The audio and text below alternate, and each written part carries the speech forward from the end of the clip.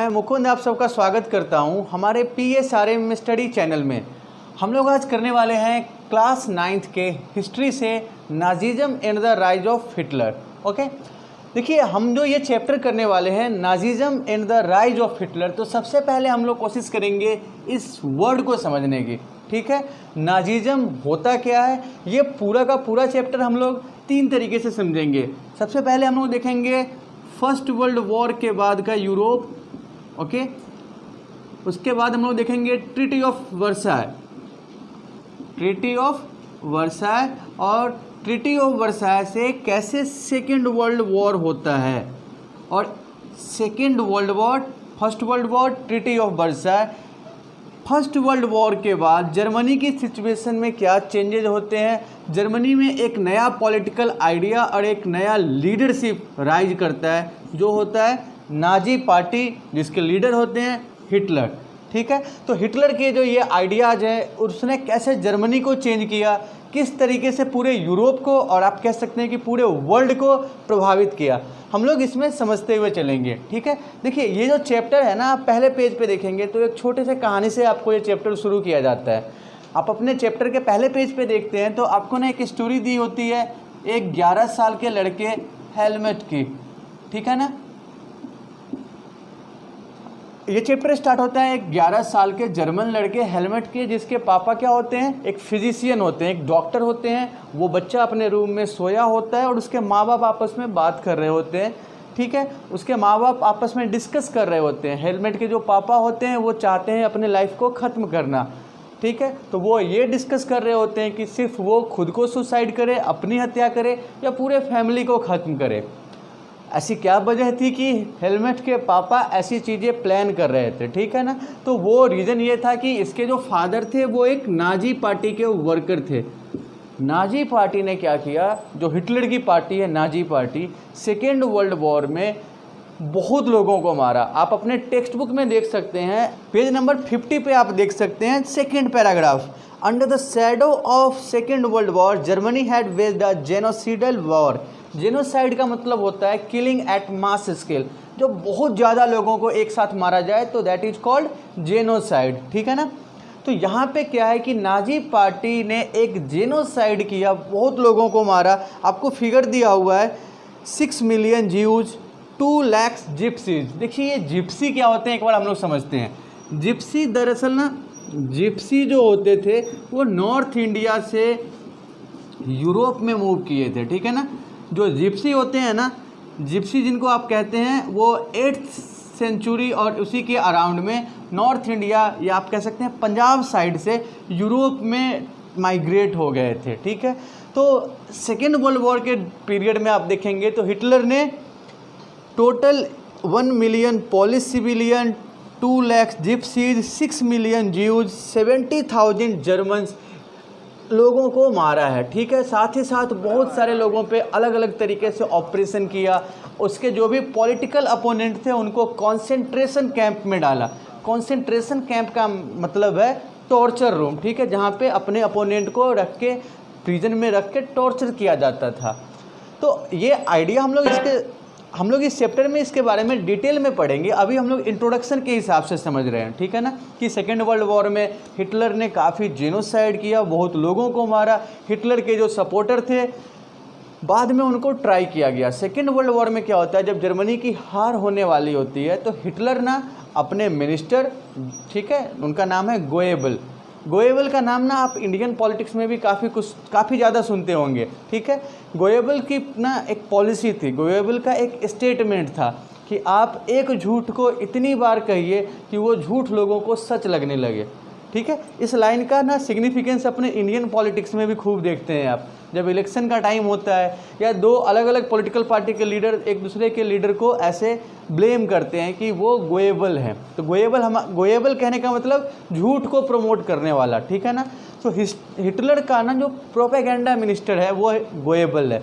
ठीक है, second world war में जब हिटलर को लगता है कि वो हार जाएंगे, उन्हें सरेंडर करना पड़ेगा, तो हिटलर क्या करता है, अपने मिनिस्टर गोएबल और अपनी फ्रेंड ईवा ब्राउन के साथ सुसाइड कर लेता है एक बंकर में। ठीक है, ये हम लोगों के पहले चैप्टर का इंट्रोडक्शन है।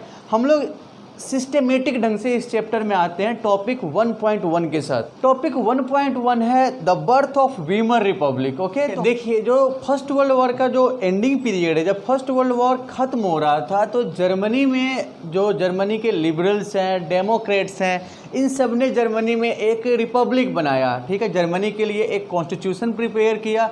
आप डेट नोट करेंगे 5 फरवरी 1949। ठीक है ना, 5 फरवरी 1949 को 421 मेंबर, वीमर नाम की एक जगह है जर्मनी में, ठीक है, वहाँ पे इकट्ठे हुए डिस्कस करने के लिए कि जर्मनी का जो पॉलिटिकल शेप है वो कैसा होना चाहिए, जर्मनी को कैसे पॉलिटिकली फॉर्म करना चाहिए। ठीक है, सो ऑन 5 फरवरी 421 रिप्रेजेंटेटिव्स और members gather to form a republic. ठीक है, और ये रिपब्लिक बन के तैयार होता है 14 अगस्त 1999 को। ये रिपब्लिक कहाँ पे फॉर्म हुआ है, तो वीमर नाम के जगह पे फॉर्म हुआ है, इसलिए इसका नाम हुआ वीमर रिपब्लिक। ठीक है ना, ये एक तरीके से जर्मनी के रिप्रेजेंटेटिव थे। ठीक है ना, यहाँ पे जो भी डेप्यूटीज थे वो डेमोक्रेटिकली इलेक्ट किए गए थे। और ये जो इनका इलेक्शन था, अनलाइक जो हम लोगों ने फ्रांस में देखा है, तो unlike French election, it was completely democratic election. यहाँ पे इस इलेक्शन में, डेप्यूटीज के इलेक्शन में, मेल और फीमेल सब ने वोट किया था। ठीक है, और ये जो वीमर रिपब्लिक है ये फेडरल फॉर्म पे था। फेडरलिजेशन हम लोग समझते हैं ना, जहाँ पे पावर के 2 सेंटर हो, एक सेंट्रल गवर्नमेंट और एक स्टेट गवर्नमेंट। तो ये वीमर रिपब्लिक भी ना एक फेडरल गवर्नमेंट थी, एक डेमोक्रेटिक गवर्नमेंट थी, that was based upon universal adult franchise. ठीक है, आप ये देख सकते हैं। देखिए जर्मनी की हम लोग बात करते हैं तो जैसे अपने इंडिया में लोकसभा या राज्यसभा या अपर हाउस और लोअर हाउस है। ठीक है, हम लोग जानते हैं कि लोअर हाउस के लिए डायरेक्ट इलेक्शन होता है, अपर हाउस के लिए डायरेक्ट इलेक्शन नहीं होता है। वैसे ही जर्मनी में जो जर्मन पार्लियामेंट है उसको हम लोग राइक्सटैग बोलते हैं। ठीक है ना, ये स्पेलिंग आप नोट करेंगे। तो ये जो रिक्सटैग है या आप राइक्सटैग बोलिए, ये लोअर हाउस है, और वही आप राइक्सकैट बोलते हैं तो राइक्सकैट क्या है, उसका अपर हाउस है। ठीक है, स्पेलिंग में देख लीजिए बस, रिक्सटैग और राइक्सकैट। ठीक है ना, तो ये जो जर्मन पार्लियामेंट थे ये रिक्सटैग हम लोग कॉमनली कहेंगे इसको। ठीक है, तो देखिए ये जो वीमर रिपब्लिक है ये जर्मन गवर्नमेंट है फिलहाल के लिए। हम लोग ये मान के चलते हैं, टाइम क्या है, टाइम है फर्स्ट वर्ल्ड वॉर की समाप्ति का। ठीक है, फर्स्ट वर्ल्ड वॉर खत्म हो रहा है, जर्मनी में एक नई गवर्नमेंट बनी है। अब थोड़ी सी बात हम लोग फर्स्ट वर्ल्ड वॉर की करते हैं, ये समझना हम लोगों के लिए ज़रूरी है। ओके, वीमर रिपब्लिक को समझते हुए ना हम लोग थोड़ा सा फर्स्ट वर्ल्ड वॉर के बैकड्रॉप पे चलते हैं। ठीक है ना, देखिए फर्स्ट वर्ल्ड वॉर स्टार्ट हुआ है 1914 से लेके 1918 तक। ठीक है, लगभग 4 साल चला है ये। ठीक है, देखिए ये जो फर्स्ट वर्ल्ड वॉर है ये मेनली 2 ग्रुप के बीच में हुआ है। ठीक है, सेंट्रल अलायंस और अलाइड फोर्सेज, ये 2 ग्रुप थे फर्स्ट वर्ल्ड वॉर के। सेंट्रल अलायंस में Germany, Austria, Hungary, Bulgaria, Turkey, ठीक है, ये सब थे। और अलाइड फोर्सेज में थे फ्रांस, रसिया, ब्रिटेन। अमेरिका स्टार्टिंग से इस वॉर में शामिल नहीं था। ठीक है ना, देखिए होता क्या है ना कि अमेरिका के जो कुछ मर्चेंट शिप्स थे, अमेरिका के कुछ कमर्शियल शिप्स को जर्मनी ने डुबो दिया। ठीक है ना, जर्मनी के इस स्टेप के बाद अमेरिका ज्वाइन करता है, अलाइड फोर्सेज को फेवर करता है, और अमेरिकन एंट्री के बाद अलाइड फोर्सेज काफ़ी पावरफुल हो जाते हैं।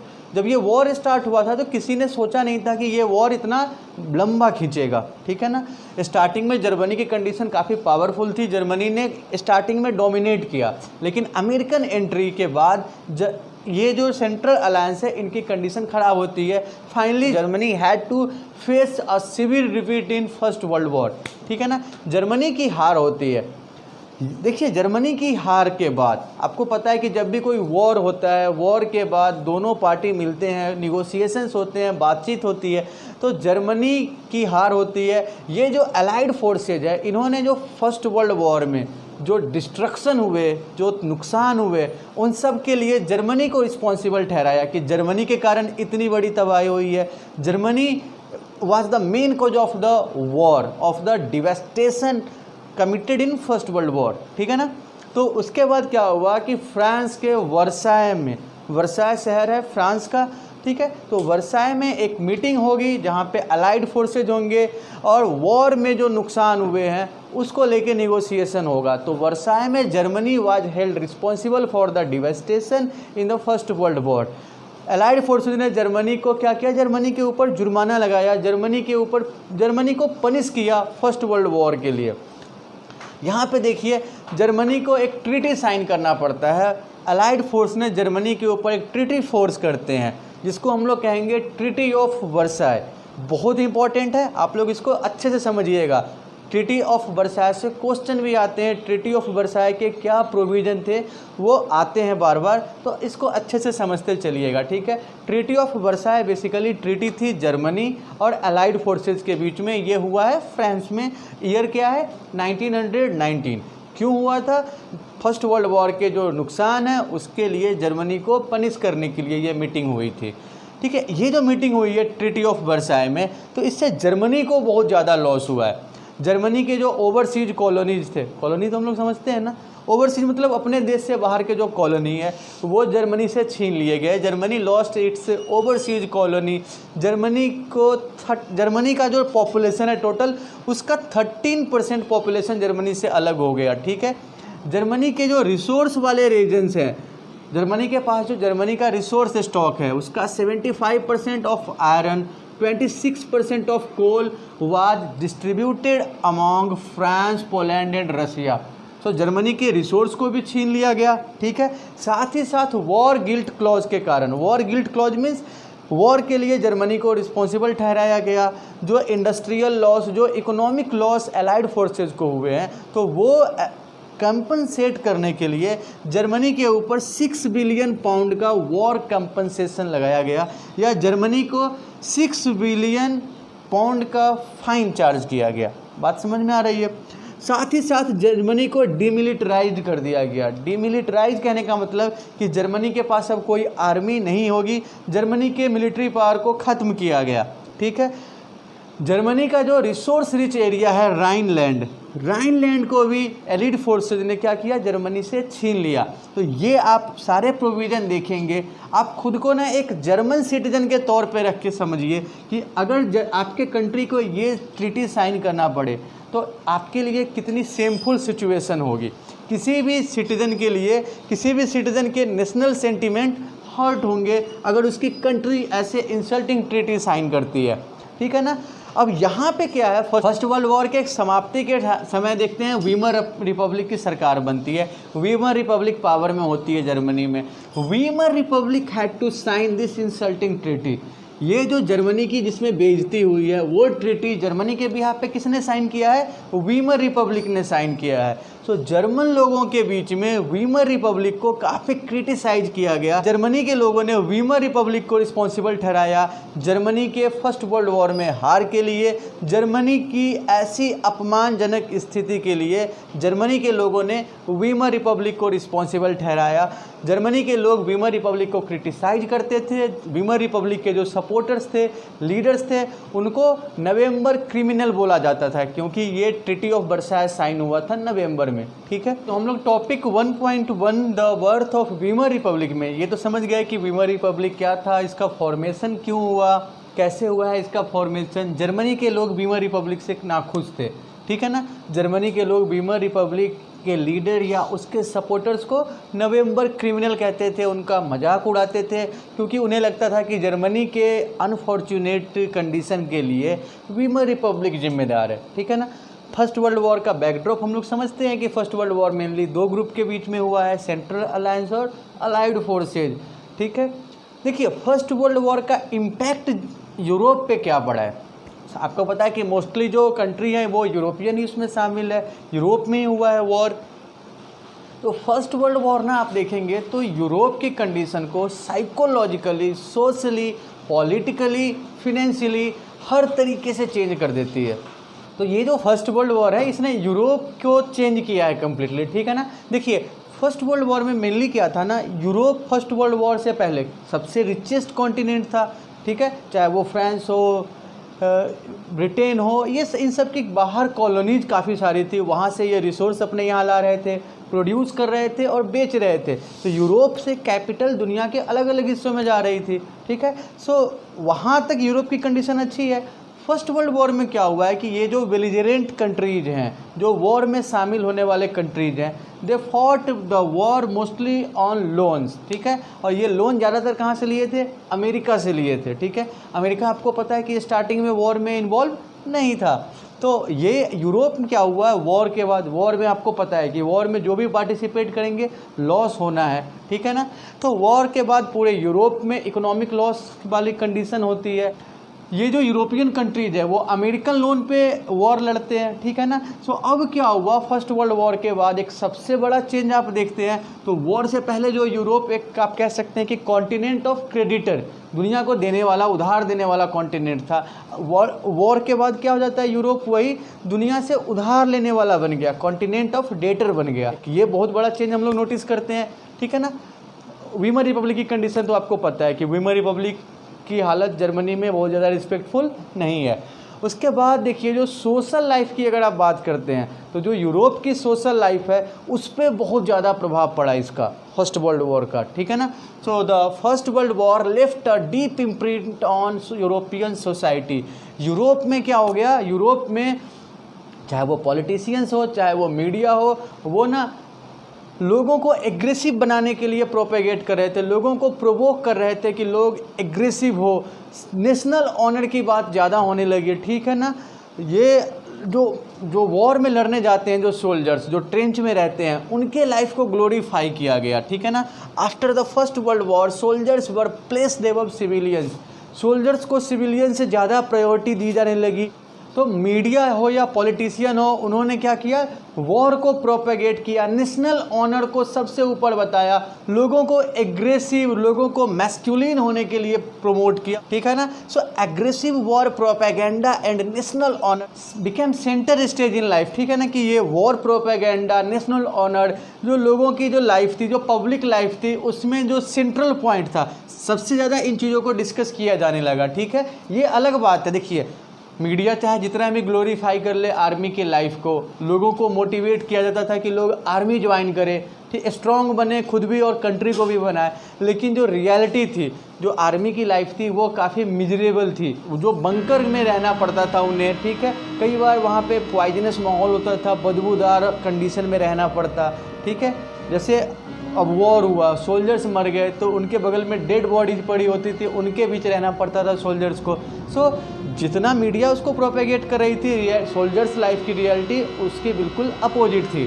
सो हम लोग ये कह सकते हैं कि अगर इफ़ेक्ट ऑफ वॉर की बात करते हैं तो यूरोप में इसके जो भी आप इफ़ेक्ट देखते हैं, सोशल कंडीशन में हो या इकोनॉमिक कंडीशन हो या पॉलिटिकल कंडीशन हो, आप समझ सकते हैं। इसके बाद हम लोग आते हैं द इफेक्ट ऑफ वॉर के बाद हम लोग अगले टॉपिक को देखते हैं। हम लोग अगले टॉपिक को देखते हुए चलते हैं political radicalism and economic crisis, ठीक है। यूरोप में political radicalism and economic crisis को हम लोग अब देखते हुए चलेंगे। ओके, तो हम लोग ना इफेक्ट्स ऑफ वॉर के बाद देखेंगे topic 1.2 political radicalism and economic crisis, ठीक है ना। रेडिकलिज्म हम लोग समझते हैं कि बहुत ज़्यादा उग्रता कह सकते हैं या कट्टरता कह सकते हैं। तो यूरोप में हम लोग अभी जर्मनी में चल रहे हैं ना, तो जर्मनी में जो पॉलिटिकल रेडिकलाइजेशन है, ठीक है, वो कैसे होता है, जर्मनी का जो पॉलिटिकल इन्वायरमेंट है वो कैसे चेंज होता है। ओके, देखिए जर्मनी में जो वीमर रिपब्लिक का जो जन्म हुआ है या फॉर्मेशन ऑफ वीमर रिपब्लिक है, उसी टाइम पे ना देखिए आप, birth of Weimar republic coincided with the revolutionary uprising of Spartacist leagues on the pattern of Bolshevik revolution in Russia. जब जर्मनी में वीमर रिपब्लिक का फॉर्मेशन हुआ है, उसी टाइम पे जर्मनी में स्पार्टासिस्ट लीग भी फॉर्म होता है। स्पार्टासिस्ट लीग बेसिकली सोशलिस्ट लोगों का ग्रुप था, ठीक है ना। ये स्पार्टासिस्ट लीग बेसिकली वैसे लोगों का ग्रुप था, बोल्शेविक सपोर्टर्स, या जो लोग चाहते थे कि रसिया में जैसे बोल्शेविक रिवॉल्यूशन हुआ है और पावर चेंज हुआ है, तो रसियन रिवॉल्यूशन या बोल्शेविक रिवॉल्यूशन के जो सपोर्टर जो चाह रहे थे कि जर्मनी में भी बोल्शेविक जैसे पावर चेंज हो वहाँ पे, तो बोल्शेविक आइडिया के जो सपोर्टर थे वो कहलाएंगे स्पार्टासिस्ट लीग, ठीक है ना। सो वीमर रिपब्लिक का फॉर्मेशन और स्पार्टासिस्ट लीग दोनों एक टाइम पे ही फॉर्म हुए थे, ठीक है ना।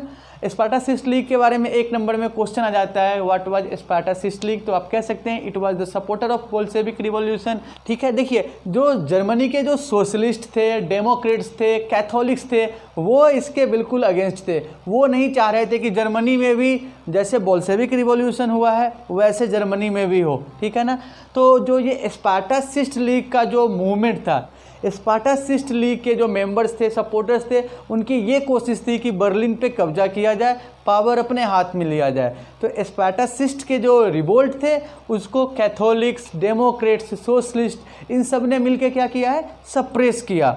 जो वॉर वेटरन थे, या जो वॉर वेटरन कहने का मतलब जो वॉर आर्मी में थे पहले, ठीक है, रिटायर्ड थे, एक्सपीरियंस्ड थे। वेटरन का मतलब एक्सपीरियंस्ड होता है, तो जो वॉर एक्सपीरियंस्ड लोग थे उनका एक ग्रुप था जो कहलाता था फ्री क्रॉप। तो फ्री क्रॉप्स के हेल्प से ये सोशलिस्ट, डेमोक्रेट्स, कैथोलिक्स ने क्या किया, जो स्पार्टासिस्ट लीग हैं उनके रिवोल्ट को सप्रेस किया। और इस डिफीट के बाद जो स्पार्टासिस्ट लीग था उसने अपना नाम चेंज करके रख लिया कम्युनिस्ट पार्टी ऑफ जर्मनी। ठीक है, और कम्युनिस्ट पार्टी और सोशलिस्ट ये जर्मनी में हमेशा के लिए एक दूसरे के अपोजिट हो गए, एक दूसरे के अपोनेंट हो गए। ठीक है, तो आप देख रहे हैं कि जर्मनी में पॉलिटिकल डिवीज़न हो रहा है, पॉलिटिकली जर्मनी का माहौल क्या हो रहा है, रेडिकलाइज हो रहा है। ठीक है ना, so Weimar republic oppressed Spartacist revolt with the help of war veterans called free corps. ठीक है ना, the anguished Spartacist later formed communist party of Germany. Okay, and they both the party remained enemy.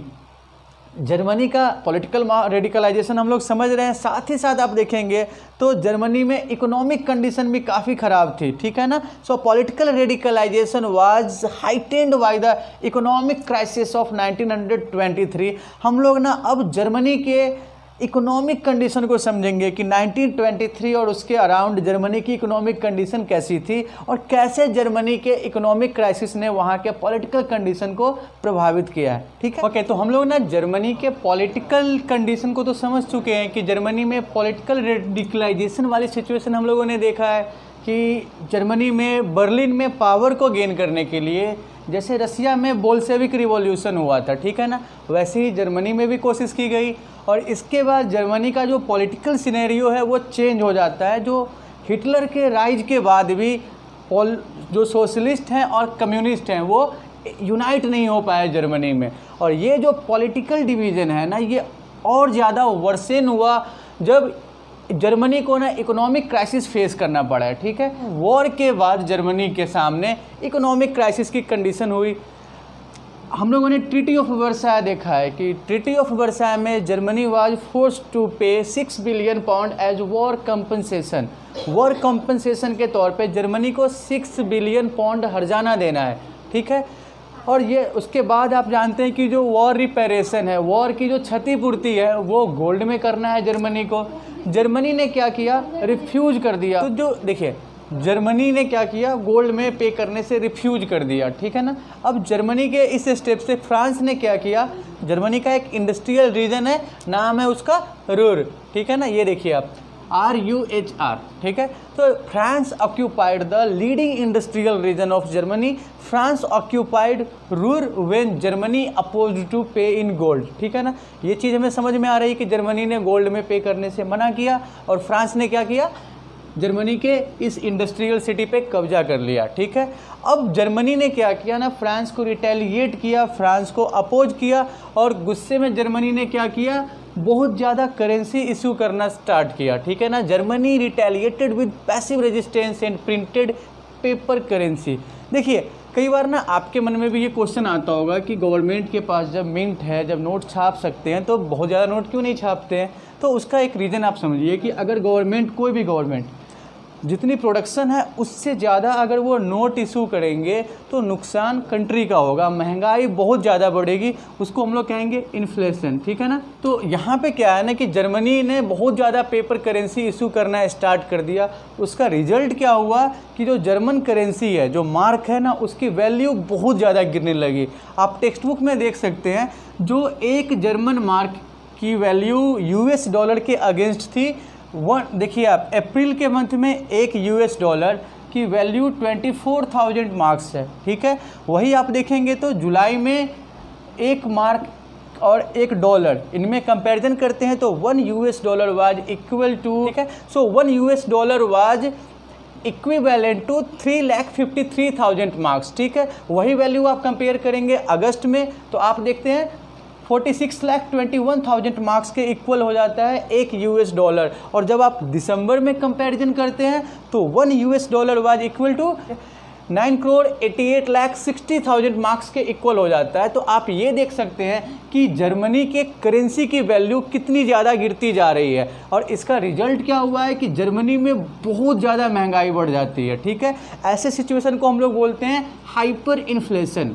क्या बोलेंगे? जब महंगाई बहुत ज़्यादा बढ़े तो उस सिचुएशन को हम लोग कहेंगे हाइपर इन्फ्लेशन, ठीक है ना। तो यहाँ पे जर्मनी की इकोनॉमिक कंडीशन बहुत ज़्यादा ख़राब हो गई। फाइनली अमेरिकन जो थे वो जर्मनी को इस कंडीशन से रेस्क्यू करने के लिए finally American intervened and bailed Germany out of this economic crisis. एक ना आप देखेंगे डेव्स प्लान, इसके बारे में टेक्स्ट बुक में बहुत ज़्यादा नहीं बताया गया। डेव्स प्लान, चार्ल्स जी डेव्स, इनका नाम क्या था पूरा? चार्ल्स जी डेव्स, ठीक है। 1924 में इन्होंने एक पैकेज सजेस्ट किया जिससे जर्मनी को हेल्प किया जा सके, उसको बोलते हैं डेव्स प्लान। तो जर्मनी की इकोनॉमिक कंडीशन आप देख रहे हैं बहुत ज़्यादा ख़राब है, पॉलिटिकल कंडीशन भी बहुत ज़्यादा ख़राब है। अब ना हम लोग यहाँ से आगे चलते हुए चलेंगे topic number 1.3 the year of depression में, कि देखिए ये इकोनॉमिक क्राइसिस आगे जाके इकोनॉमिक डिप्रेशन में चेंज हो जाता है। तो हम लोग नेक्स्ट टॉपिक की तरफ अब चलते हैं, the years of depression, topic number 1.3, ठीक है। ओके, तो हम लोग ना जर्मनी में हाइपर इन्फ्लेशन वाले सिचुएशन समझ रहे हैं। हम लोगों ने ये भी देखा है कि जर्मनी के रेकलेसली पेपर करेंसी इशू करने का डिसएडवांटेज जर्मनी के ऊपर कैसे आ रहा है, ठीक है। उसके बाद डेव्स प्लान में हम लोग देख रहे हैं कि अमेरिका आगे आता है जर्मनी की हेल्प करने के लिए।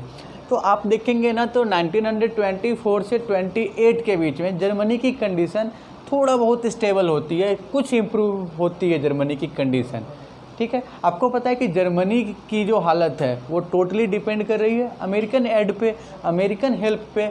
लेकिन क्या होता है 1929 में अमेरिका की हालत खुद ख़राब हो जाती है और जर्मनी में जो ये सुधार आप देख रहे हैं थोड़ी सी ये सुधार ख़त्म हो जाती है, जर्मनी की हालत और ज़्यादा ख़राब हो जाती है। देखिए होता क्या है ना कि आपको पता है कि फर्स्ट वर्ल्ड वॉर में अमेरिका से काफ़ी कैपिटल यूरोप की तरफ इन्वेस्ट हुआ, ठीक है। चाहे वो अमेरिकन बैंक्स हो, चाहे वो अमेरिकन कंपनीज हो, उन्होंने यूरोपियन कंट्री की हेल्प की थी। वॉर के टाइम में यूरोप ने काफ़ी लोन लिया है अमेरिका से। अब क्या हुआ, वॉर के बाद यूरोप की इंडस्ट्रियल कंडीशन बहुत ज़्यादा ख़राब होती है, ठीक है ना। जो भी कंट्री वॉर में पार्टिसिपेट कर रहे थे, इंडस्ट्रीज वहाँ पे बंद हो गए थे, प्रोडक्शन हो नहीं पा रहा था, वो अमेरिकन लोन को रिटर्न करने की हालत में नहीं थे। रिजल्ट क्या हुआ कि अमेरिका का जो इन्वेस्टमेंट यूरोप में आया था वो ब्लॉक हो गया, वहाँ प्रॉफिट नहीं मिला। जो अमेरिकन शेयर होल्डर्स थे उन्हें लग रहा था कि उन्हें आगे जाके और ज़्यादा घाटा होगा। तो अमेरिकन शेयर होल्डर्स, आप एक डेट देख लीजिए, on 24 October 13 million shares were sold and wall street exchange was crashed. America का जो स्टॉक एक्सचेंज है वॉल स्ट्रीट एक्सचेंज वो क्रैश कर गया। क्रैश करने का मतलब जो इन्वेस्टर्स थे वो अपना पैसा मार्केट से निकाल के बाहर आने लगे।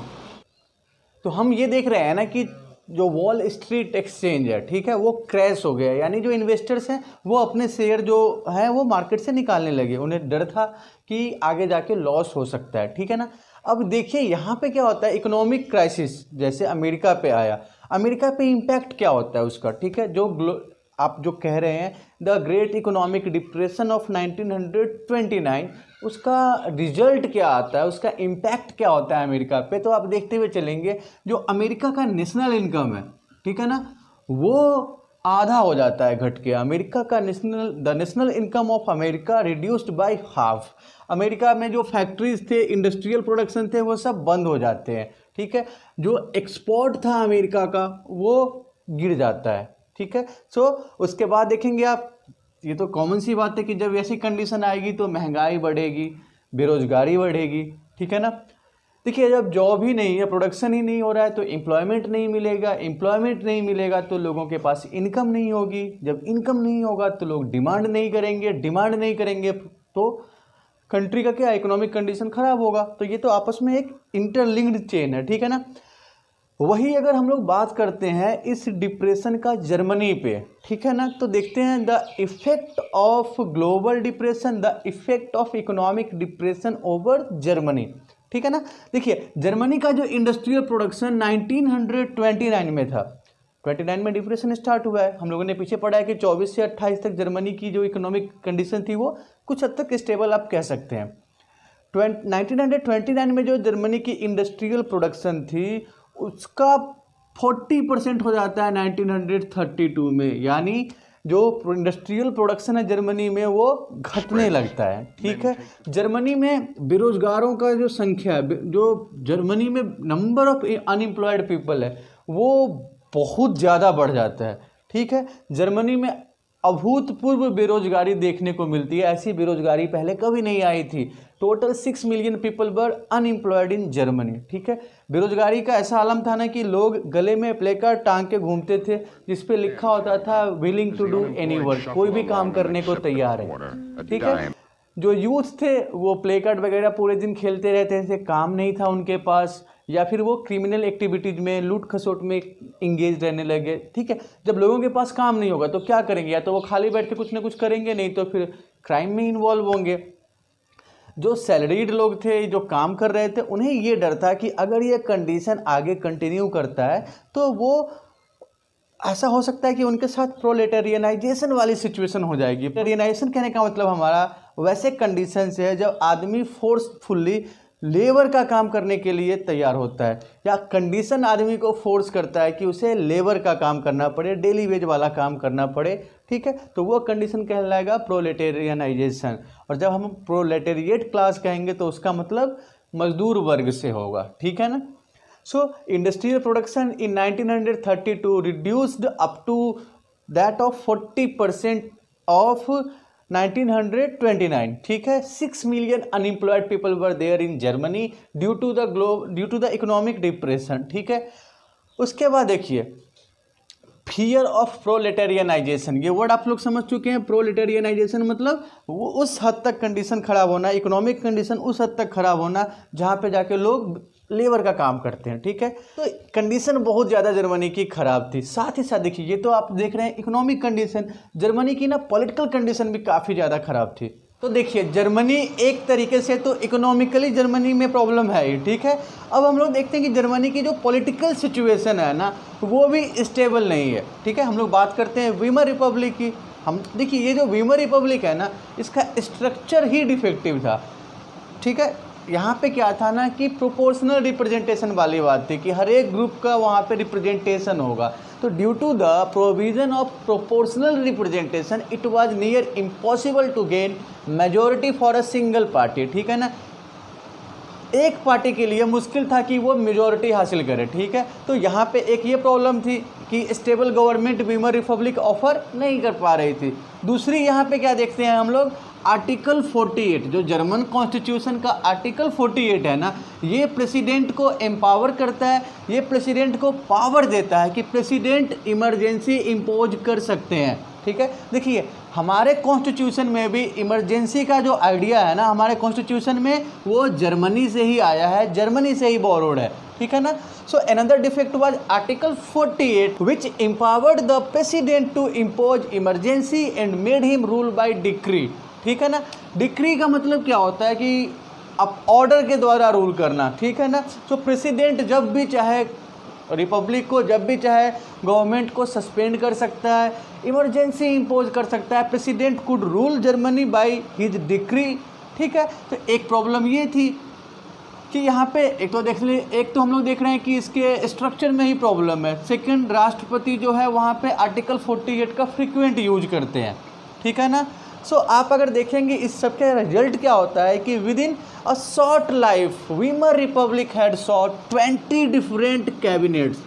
देखिए 1999 में ये बना है, उसके बाद 1932 के बाद जर्मनी में हिटलर पावर में आ जाते हैं। तो ये कितने 14-15 साल की इनकी लाइफ है। इस 14-15 साल के शॉर्ट लाइफ में वीमर रिपब्लिक में आप देखेंगे तो 20 से ज़्यादा गवर्नमेंट फॉर्म हुए हैं। Weimar republic had witnessed more than 20 cabinets with in a short period, ठीक है। और अगर आप एवरेज की बात करते हैं हर गवर्नमेंट के एवरेज की, तो यहाँ पे देखिए ये जो इलेक्शन था इनका ये 4 साल के लिए होता था, ठीक है। 4 साल का टर्म होता था और उसमें इनका जो आप एवरेज देते हैं तो हर एक कैबिनेट का एवरेज 239 डेज का था।